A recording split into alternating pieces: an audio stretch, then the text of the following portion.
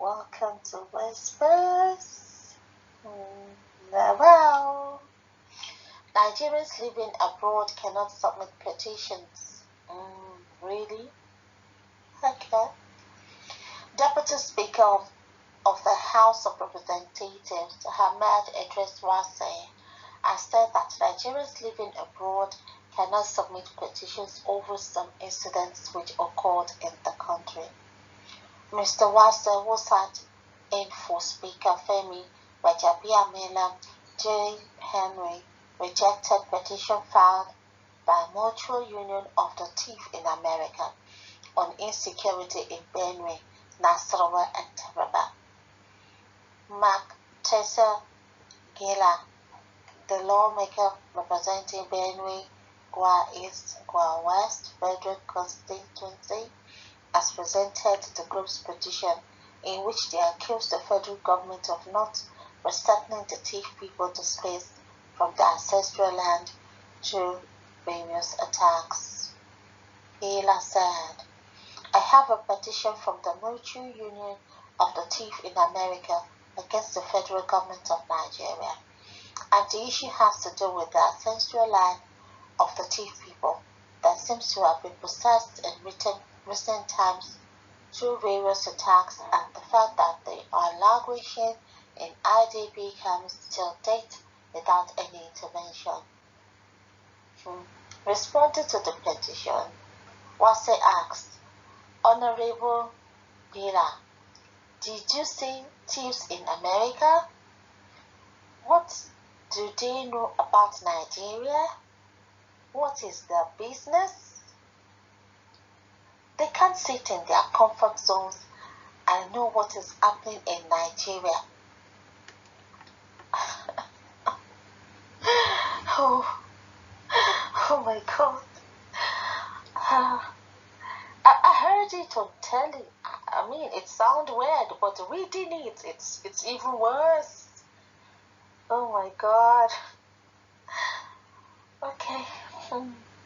When Mira confronted the petition, confirmed the petition is from the Mutual Union of Thief People Living in America, Wase added, if they are in America, could they really be an interested party here? Do they really know what is exactly going on? Oh my God.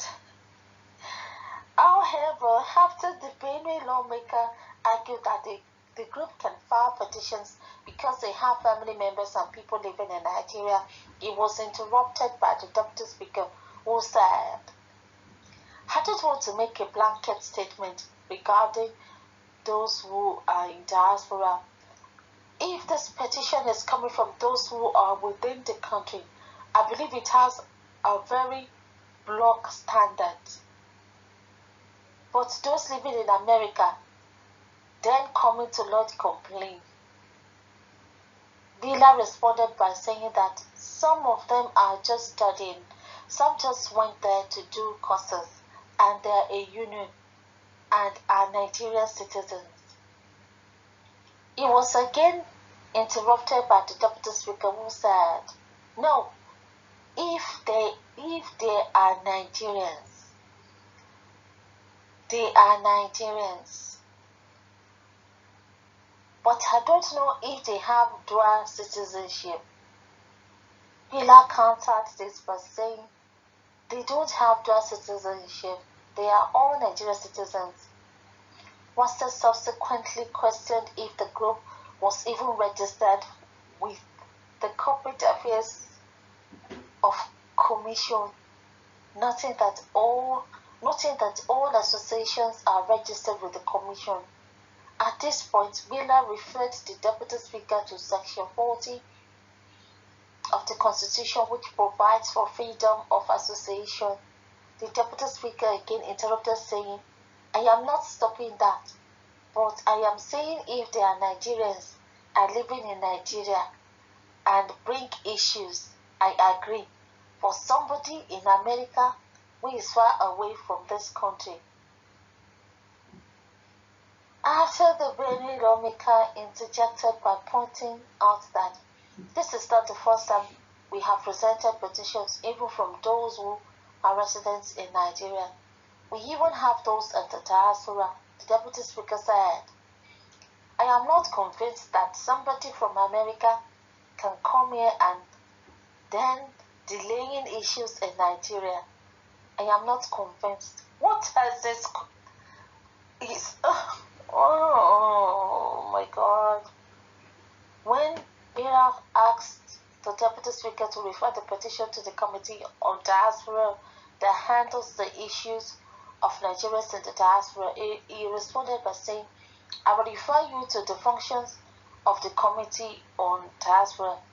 If you go through that, it is nothing relevant to what you are now presenting. He added, I am not convinced that we need to take that petition. Oh my God. Who is this person? Deputy Speaker of House of Representatives. Ahmed Idris was saying, is this man educated? Did he even have, Buhari had primary school. I don't think this guy has anything at all. I don't think he has anything at all.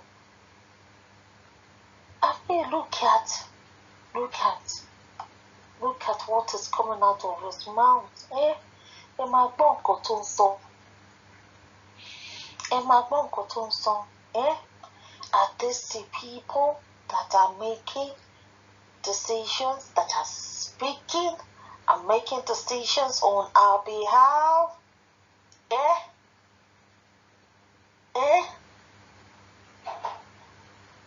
And Abike Dabiri is there. Wow, he doesn't even know anything. It's an empty score. I don't want to make a blanket statement regarding those who are in the diaspora. And he's asking, how can at his Jesus and even a child will not ask such a question? What do they know about Nigeria? What does it mean by what do they know about Nigeria? What is their business? What kind of is this man even in the 21st century at all? Is he alive? Does he know that the world is now a global village that at the tip of your fingers, in as much as you have phone, all you need to do is Google it and it brings you updated. This man is he's not even in analog, he's in stone age, cave age. He doesn't know that we are now in the digital, fast lane 21st century. Ask him, I don't know. If they are in America, could there really be an interested party here? Do they really know what is exactly going on? What sort of question? Okay. I don't want to say anything. Okay. What do the people say? Let's listen to the people. Cause I'd rather not say anything. Oh my God.